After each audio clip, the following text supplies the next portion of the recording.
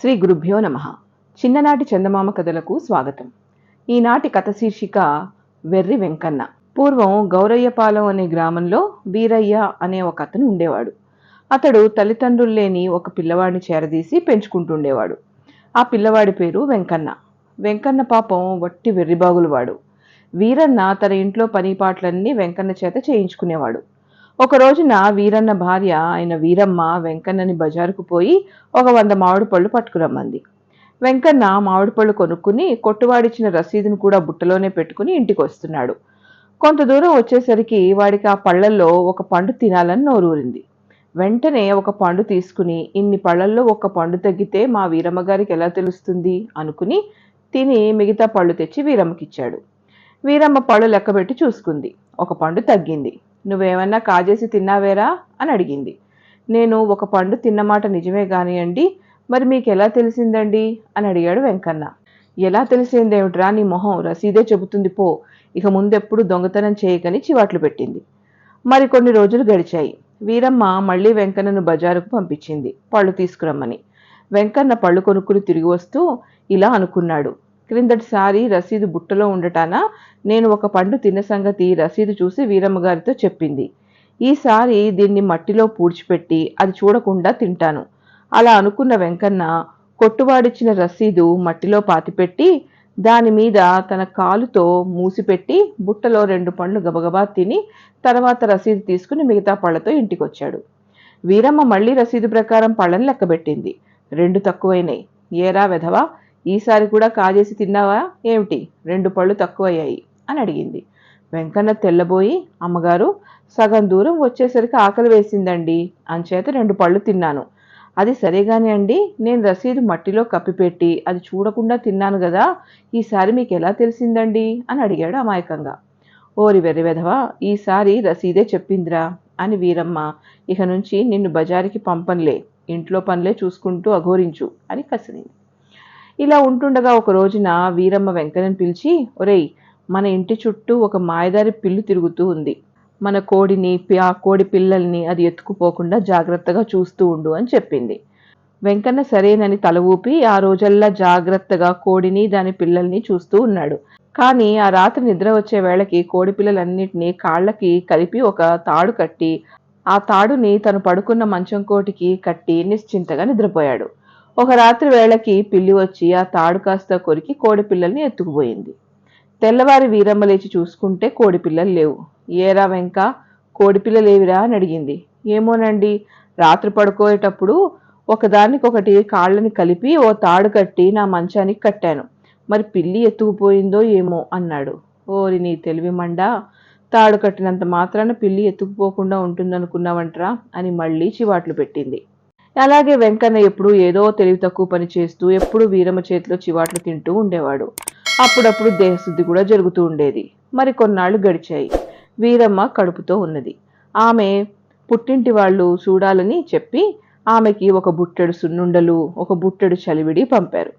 ఈ సంగతి వెంకన్నకి తెలిస్తే వాడు అదంతా ఎక్కడ మింగిపోతాడోనని వీరమ్మ ఆ 2 బుట్టలు ఉట్టి మీద పెట్టి వెంకన్నని పిలిచి, ఒరేయ్, ఆ ఉట్టి మీద బుట్టలోంది విషం, ఏదో తినేదనుకుని తినేస్తావేమో, చెప్పా పెట్టకుండా చస్తావు అని చెప్పింది. మళ్ళీ మామూలుగా రోజు తిట్లు దెబ్బలు తప్పటం లేదు వెంకన్నకి. చివరికి ఒక రోజు వాడికి ప్రాణం మీద విసిగెత్తింది.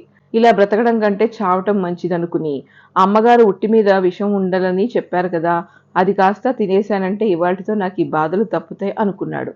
వెంటనే ఎవ్వరూ లేకుండా చూసి ఉట్టిలో ఉన్న 2 బుట్టల్లోని చలివిడి సున్నుండలు 2 చేతులా తినటం మొదలుపెట్టాడు. ఇంతలో వీరన్న అక్కడికి వచ్చాడు. వీరన్నను చూడగానే గాబరా పడ్డాడు వెంకన్న. వీరన్న, ఏమిట్రా అలా ఉక్కిరిబిక్కిరవుతున్నావు అని అడిగాడు. నోట మాట రావటం లేదు వెంకన్నకి. నీళ్లు కావాలని చేత్తో సైగ చేశాడు. వెంటనే వీరన్న నీళ్లు తెచ్చిస్తే అవి తాగి తెప్పరిల్లుకుని వెంకన్న ఇలా చెప్పాడు.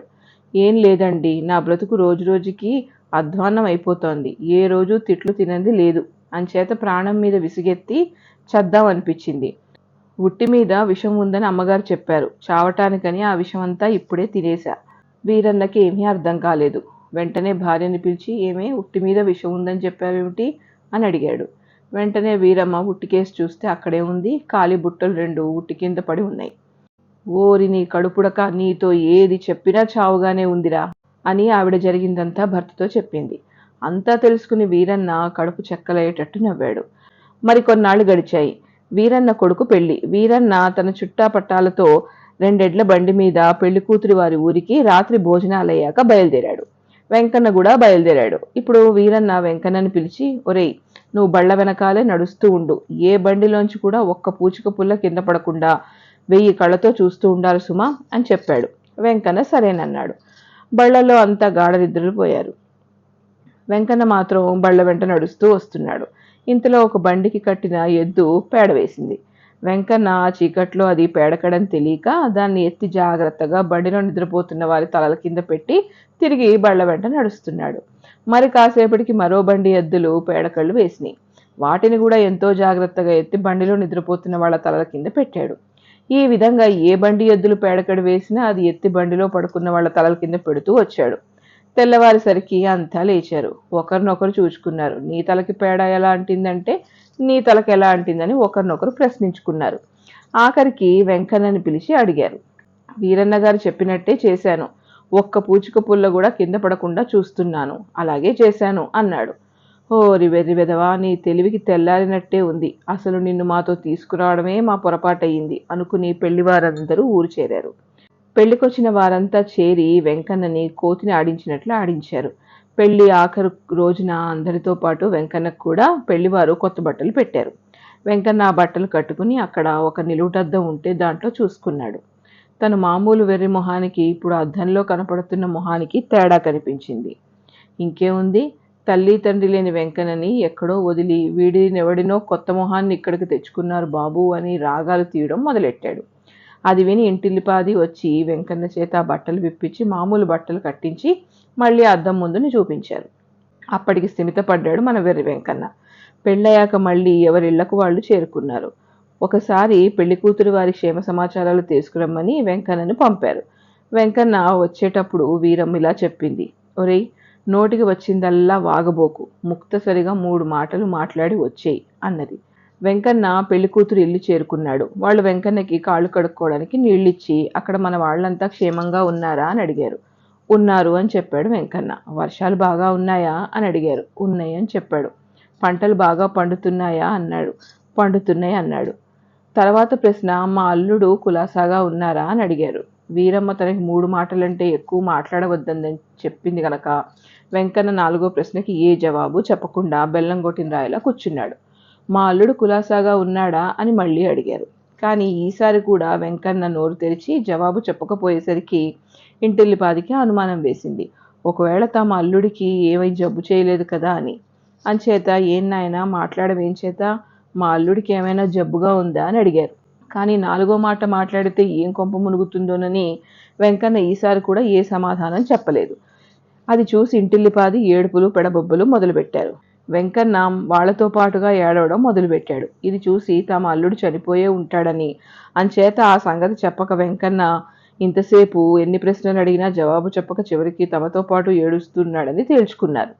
ఇంకేం, నీకెంత కర్మం వచ్చిందే తల్లి అంటూ పాపం ఆ పెళ్లి కూతురిని మెళ్ళో మంగళసూత్రం అన్నీ తెంపేసి అంతా ఆ పిల్ల చుట్టూ చేరి ఒకే గోలగా ఏడవడం మొదలుపెట్టారు.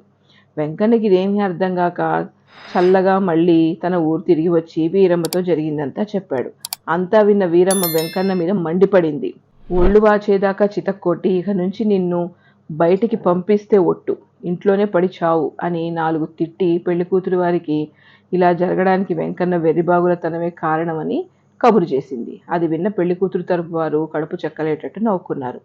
మరికొన్ని రోజుల తర్వాత ఒకనాడు వీరమ్మ కొడుకుతో సహా పెళ్లి కూతురి వారి గ్రామం ప్రయాణమయ్యారు. ఇంటి దగ్గర కాపలాగా వెంకన్నను ఉంచి వీరన్న వెంకన్నను పిలిచి, ఒరే వెంకు, మేము తిరిగి వచ్చే వరకు జాగ్రత్తగా ఇల్లు చూసుకుంటూ ఉండు, ఒక్క చీమ కూడా చూడకూడదు అని చెప్పారు. అలాగే చూస్తానండి అన్నాడు వెంకన్న.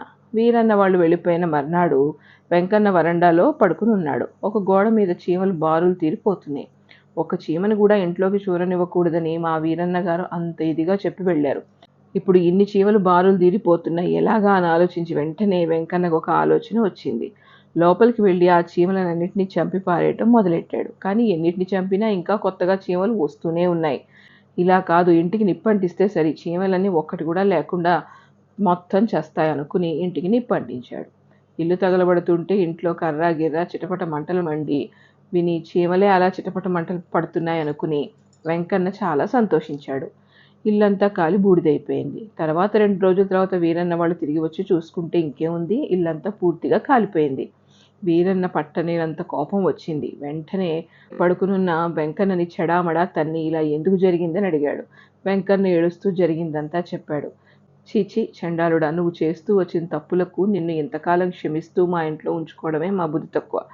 ఇప్పటికి మాకు బాగా బుద్ధి చెప్పావు, ఇక నీ కర్మాన నువ్వు పో అని అక్కడి నుంచి వెళ్ళగొట్టారు. పాపం మన వెర్రి వెంకన్న ఏమీ తెలియక అక్కడి నుంచి వెళ్ళిపోయాడు.